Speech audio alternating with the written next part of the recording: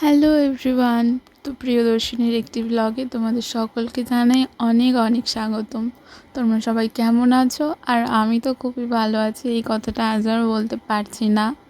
কেন পারছি না সেটাও বলবো। আর আজ সারাদিনে খুব একটা ভিডিও ক্লিপ নিতে পারিনি, তো তার কারণটা বলবো। তো সকাল সকাল অন্যরকমভাবে শুরু হয়েছিল সকালটা আমার, বাট তারপরেও এখন আমি ঠাকুর পুজো দেবো তাই ফুল তুলে নিয়েছিলাম, সেটাই আর কি দেখাচ্ছিলাম। তো আজ অনেকগুলো ফুল ফুটেছিল, তো সেই ফুলটাই নিয়েছিলাম, একটা লাল ফুল আর ওই চারিদিকে ওই গোলাপি গোলাপি ফুল, নয়নতারা ফুল অনেকগুলো অনেকগুলো জুঁই ফুল। আর তারপরে এই তো গপুকে দেখাচ্ছিলাম আর কৃষ্ণাকে দেখাচ্ছিলাম। তো গপুর জামাটা আজকে পাল্টাবো, কৃষ্ণার জামাটা আমি আগের দিন পাল্টেছি সেই কারণে। আর ফর দিস ফার্স্ট টাইম, এই প্রথমবার আমি আমার গপু আর কৃষ্ণার একই রকম দুটো জামা পেয়েছি, এই যে।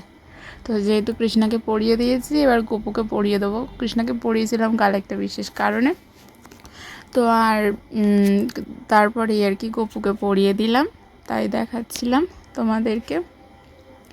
কি সুন্দর লাগছিল, মুগ্ধ হয়ে চেয়েছিলাম আমি আমার গপুর দিকে। অবশ্যই আমার নয়, কারণ সে সর্বজনীন, সে গোটা জগৎ সংসারের, তাই আমার বলে দাবি করার হয়তো অধিকার আমার নেই। তো তারপর আর কি আমার কৃষ্ণাকে দেখাচ্ছিলাম। আর দুজনকেই প্রথমবার একই রকম আমি জামা পরাতে পেরেছি, কারণ একই জামা কোথাও পাই না, সাইজে মিল হয় না, কারণ একজন একদম ছোট আর একজন বেশ মোটামুটি বড়, তো ওই কারণেই আর কি সমস্যা হয়। তো কেন আমার মনটা খারাপ, কারণ সকালটা আমার আজ অন্যভাবে হয়েছিল। তো আজ রোজই দেখাই আমি যে আমি চুনুমুনুদের খেতে দিচ্ছি, যখনকে খেতে দিচ্ছি, ওগুলো আজ আমি দেখাইনি। তো আমার চুনুমুনুদের আর কি ভীষণ শরীর খারাপ, জানি না কেন, হঠাৎ করে কিভাবে হলো। দুজন অলরেডি মারা গেছে। আর আর গোল্ডফিশ যেটা দেখাচ্ছিলাম, একজনের শরীরটা ভীষণই খারাপ, মানে নাড়াচাড়া বন্ধ করে দিয়েছে, এরকম এখনও পর্যন্ত বেঁচে আছে। আমি আজ যখন এই ভয়েস ওভার দিচ্ছি এখনও পর্যন্ত বেঁচে আছে, কিন্তু ওর শরীর খুব একটা ভালো নয়। আমি বুঝতে পারছি না আদতেও সারভাইভ করবে কি না, কারণ মাছের ব্যাপার তো আমি অত বুঝি না। আমার সোনিয়া মানে আমাদের মহারানী হলে বুঝে যায়, কারণ ওর বিভিন্ন ধরনের ওষুধ কিছু একটা হলেই মা ঠিক আর কি এনে দেয়।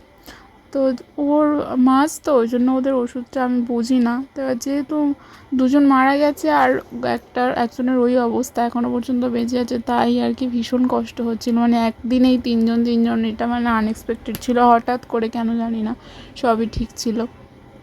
তো মা জল পরিষ্কার করে দিয়েছে আবার নতুন করে, মানে নতুন কদিন আগেই জল পাল্টেছে, হয়তো এক সপ্তাহ এখনও হয়নি। তো তাই আর কি আমার একটু মনটা খারাপ। যাই হোক, আশা করা মানে আসা যাওয়া নিয়েই জীবন, জীবনে কেউই আমরা চিরস্থায়ী নয়।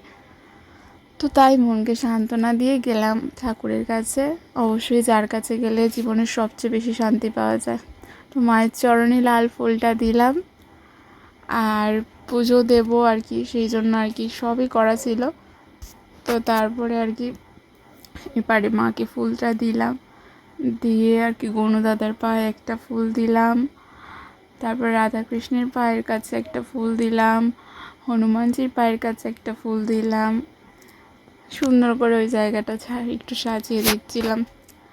তো সাজিয়ে দিয়ে এবার একটু গপুকে আর কৃষ্ণাকে দুজনকে দেখছিলাম, আর ওদের সবাইকেই দেখাচ্ছিলাম। আর তারপর একটু মহাদেবের মাথায় জল ঢেলে নিচ্ছিলাম।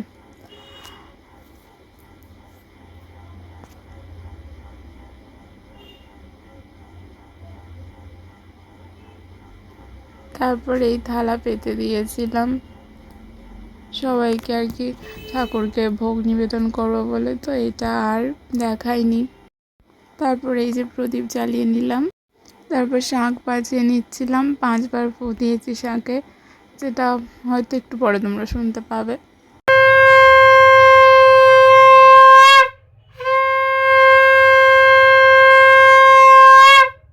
তারপর এই তো শাঁখ বাজানো হয়ে গেল, তারপর আমি এই যে এবার ঠাকুর প্রণাম করছিলাম।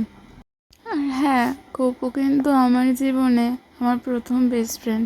সবাই বাড়িতে গোপাল থাকলে নয় ভাই নয় তার সন্তান রূপে পুজো করে, কিন্তু আমার কাছে আমার গপু আমার বেস্ট ফ্রেন্ড, কারণ জীবনের যে সময়টা যে কথাটা আমি কাউকে বলতে পারি না, ওদেরকেই বলেছিলাম প্রথমে। তাই কৃষ্ণাকেও দেখছিলাম, ওকেও কি সুন্দর লাগছিল। তারপরে এই যে দুপুরে খেতে বসেছিলাম। তো আজ দুপুরে লাঞ্চে ছিল পেঁয়াজ কাঁচা লঙ্কা দিয়ে ছোটো মাছের একটা ঝাল মতো, তো সেই পেঁয়াজ আর ঝানের কি ঝোলটা দিয়ে আর কি ভাত মাখাচ্ছিলাম মহারানীকে খেতে দেবো বলে। তো এই যে ভাত মাখানো হয়ে গেল, চলো এখন ওকে দিই। তারপরে এই যে মহারানীকে দিলাম, ও খাচ্ছিল। তোর খাওয়া হয়ে গেলে তারপরে আমি খাবো।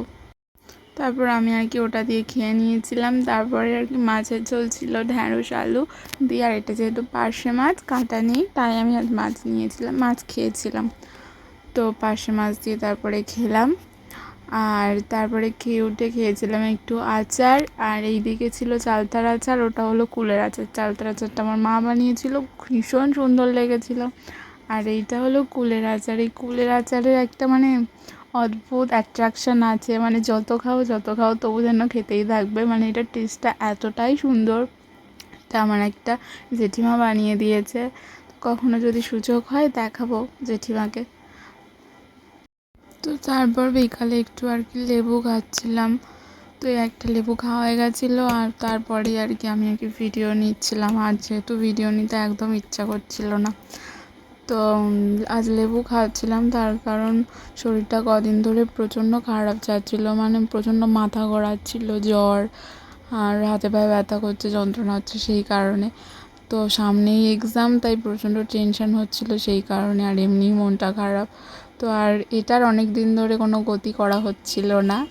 তো সেই জন্য করে আজ আর কি এটা নিয়ে বসলাম। এটা আর কি কলেজের ওই পাশ দিয়ে এনেছিলাম, তো সেই কারণে আর কি মাছ নিয়ে বসেছিলাম। যেহেতু আমার হাতে ডালের চারা ভীষণই কম হয়, বাট লাল করবি ফুল আমার কাছে ছিল না, তাই আর কি একটু লোভ হয়েছিল নেওয়ার জন্য, তাই ভেঙে নিয়েছিলাম। শুধু আমি একা নিইনি, আমার এই আর ডালটা আর কি বড়ো ছিল, আমার আর দুটো বান্ধবী এটা থেকেই ছোটো ছোটো দুটো নিয়েছিল। তো আমার হাতে চারা হতে চায় না, তাও নিয়ে এসেছিলাম। বাট মনটা খারাপ করছিল, বা যদি ইচ্ছা হচ্ছিলো যদি হয়ে যায়, এই আশাটাই, মানে এই হোপটা নিয়েই মানে আর কি কাটছিলাম, ঠিক করছিলাম। তো এটা আর কি একটা ঠিকঠাক গতি করবো আজকে।